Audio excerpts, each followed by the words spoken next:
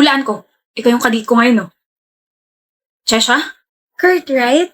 Natumpak mo. Galing mo ah. Paano mo nalaman? Siguro nakakabasa ka ng isip, no? Basahin mo nga yung isip ko. Sabi ng isip mo, umupo ka na nga, Chesha, at nangangalay ang bata ko sa'yo. Oh, so tama nga sila. Huh? Palaging tama ang mga babae kasi may tama ka. Haha, so funny. Alam ko, nasa resume ko kasi yan. Like, isa sa mga skills kong nakakatawa. Really? Ano ina-applyan mo? Comedian. Dahan-dahan naman sa pagtawat, baka iuwi mo na ako niyan, ha? Oh my gosh, shut up. Nasa noisy ako palagi ng bata, o kaya hindi gagana sa akin yan. Sabi nga ni mama ko, okay lang na dumaldal ako ng dumaldal kahit mali yung mga sinasabi ko. Ayun, bagsak ako lagi sa recitation. So mali mo pala na-apply sinabi ng mama mo.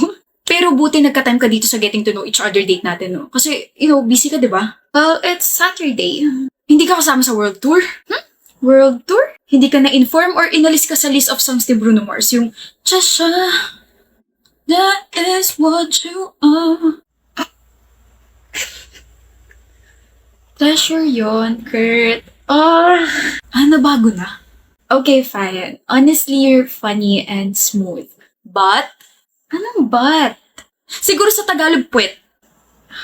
Yung mga ganyan kasing compliments, may mga kasamang buts. Okay. Yeah, may but na. Kurt, you're funny and smooth, but there's no but in this compliment. I find you interesting. I want to know you more. Oh, mas smooth ka pa sa akin eh. Walang yan. Wala eh. Hindi naman lahat may skill na smooth talker, di ba? Na-back to you mo ko ron, ah. What is the meaning of this?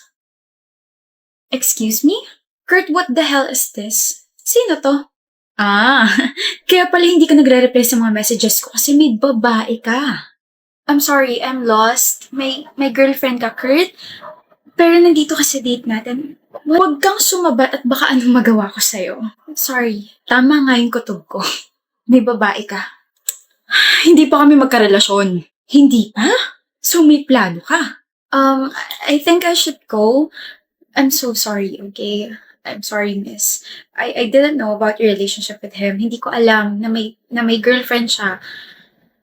Dapat nag-triple check ako. I'm so sorry. I deserve a slap. I mean, he also deserves a slap, but I'm so sorry. Ate, tigil mo nga yan. Wow, panira ka talaga, Kurt. Huh? Ate? Ish. Hi, I'm Kat. Sister at itong pangit na to. Sorry, natakot ba kita? Hindi naman. Seryoso talaga? Hindi ka talaga niya girlfriend? Hindi nga, edi sana nasa bunutan kita. Single ka ba talaga? Natakot nga kita. Pasensya na. Gusto ko lang talaga ma-witness yung first ever blind date ng kapatid ko. You got me there. Wala naman kasi tong alam sa relasyon, ikaw yung first ever girlfriend niya. Ate, hindi pa nga kami. So, magiging kayo pala. Ikaw bro, ha? Anyway, anong pangalan mo, sister-in-law? I'm Chesha po. Buti nandito ka. May world tour kasi si Bruno Mars. Na-joke ko na yan, ate Kat. Corny naman. Sana makabanding kita soon. Alam mo, never pumalit itong nararamdaman ko. Like, I know you're the one. You're the one for him. You'll be my sister-in-law. Uy, hindi kita pinapressure, ha? Hindi ko kayo pinapressure, pero i-work niyo yan, okay? Bye! Lovebirds! Wow. Magkapatid nga kayo. Chesha, I'm so sorry about that. I'm sorry about my sister. May ganun talaga yun sa utak. Sorry. I hope may next date pa tayo. When ka free ulit? Bukas! Then see you again tomorrow, Kurt. That's it na? Okay, order na tayo. Bumabanat ako. Banat? Alin dun? Nakaka-stress kang kausap, no? Sabi nga rin nila. Mirg! Bakit? Surprise! Kat, cafe? Mahilig ka sa pusa, di ba?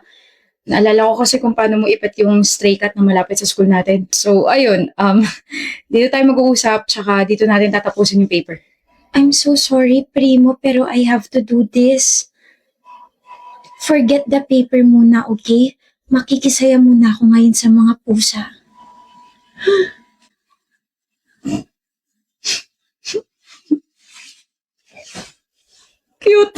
98 tayo sa paper natin. Taas nun ah. Thank you. Nag-effort ka rin, kaya pasalamatan mo rin yung sarili mo. Saan ka pupunta?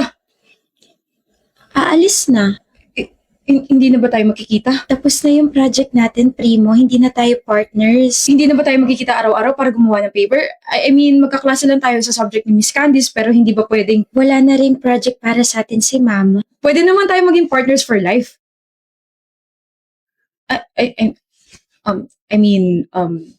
Partners for life. Partners as friends. Kasi, di ba, friends na tayo.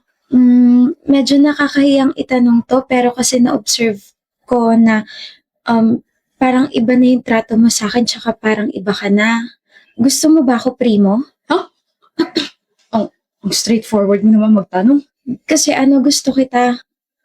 Medyo confused pa nga ako kasi sabi ko, crush kita dahil hindi ka na nalilate. Pero days later, ikaw na naman yung bukang bibig ko sa best friend ko. Tapos sabi ng best friend ko, isipin ko raw kung ano yung mga nagbago sa akin simula na nakilala kita. Doon ko raw malalaman kung gusto kita or hindi.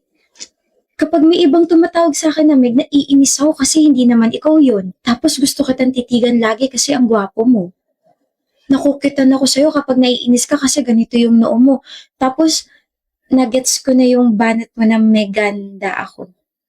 Late pero kinilig ako. Nakabahan ako kapag malapit ka, lalo na kapag natatabik mo yung kamay ko, nahahawakan mo yung balikat ko kapag mabagal ako maglakad, tsaka kinakabahan ako kapag nilalapit mo yung mukha mo. Gusto rin kita kasi kahit mayabang ka magsalita, super soft ng puso mo lalo na sa mga animals. Kahit din sinasabi ng iba na masyado kang maangas, nakikita ko na parang that's only your wall to defend yourself, pero mabait ka, Primo. Pag nakikita tsaka nakakausap kita, para akong hindi makahinga. Kaya nagpa-check ako sa best friend ko tapos sabi niya love signs daw, pero di pa kita love. Gusto pa lang kita pero gusto kitang yayain sa date. Bago lang sa akin lahat to pero gusto kita, Primo. Ako dapat unang magko-confess, inunahan mo naman ako. Napaka-bida-bida mo, no? Nakaka-stress ka talagang kausap. Gusto kita. Hindi. Mas, gusto kita. Hindi pwedeng mas nakakalamang ka kaysa sa akin. Okay? Gusto kita kasi ang lovable mo as a person. Kahit nakakainis at nakakaita kang kausap kasi ang slow mo, I can't deny the fact na I love talking to you. Meg, you make my heart laugh.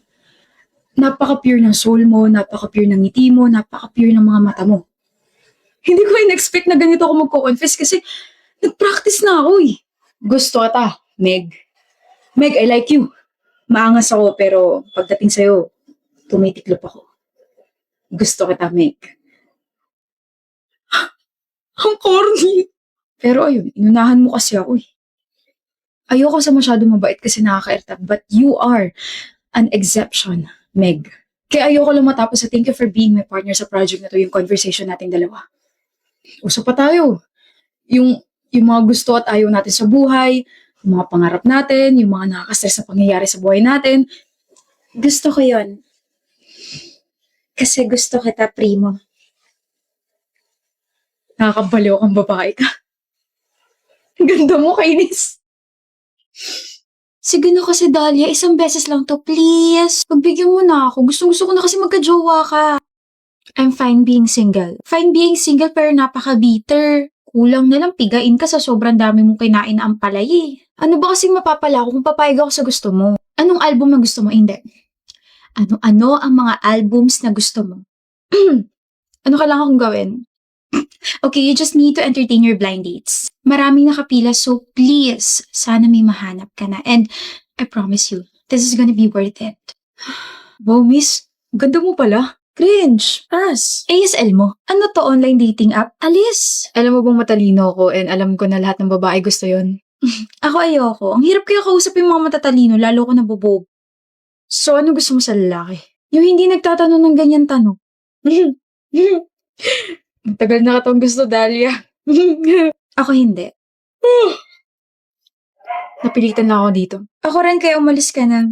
Dahlia, nagre-reklamo sila sa akin ng pangit mo raw kausap. Umayos ka naman, sayang yung effort ko, sayang yung mga album. Wow, nahiya naman ako sa kanilang pangit din nila kamong kausap.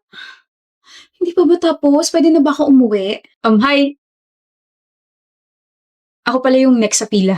I told you it's gonna be worth it. Bye! Martin? Oh! Kilala mo ko? Have we met before? Stalker kita, no?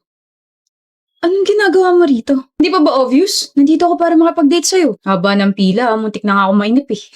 Anong ginagawa mo rito? Hindi ka dapat nandito. Bawal bang pumila ang ex? I'm just trying to shoot my shot. Okay? Baka kasi, pwede na ulit tayo, Dahlia. Martin, alam mo yung nangyari sa ating dalawa. It was an awful breakup. An awful breakup because we were both childish and impatient. Martin, ano ba? Hirap mong intindihin. Ikaw ang mahirap intindihin. May kausap ako tapos bigla mo sasabihin na boyfriend kita? Yung kausap mo na lalaki? Halatang interesado sa'yo eh. You're being childish. Parang hindi mo ginawa yung ginawa ko. Actually, mas malala pa nga yun sa'yo eh. Hindi ka lang nagpakilala as my girlfriend. Hinalikan mo pa ako sa harap ng blackmate ko. Nagtatanong lang naman siya about sa group project namin eh. Well, she likes you. She's flirting with you. And that guy na kausap mo kanina, gusto ka nun. Kulang na nga lang yakapin ka eh. Nakakapagod ka na. Mas nakakapagod tong relasyon natin. Alam mo, maghiwalay na lang tayo. Wala nangyayari maganda dito sa relasyon na to eh. Okay.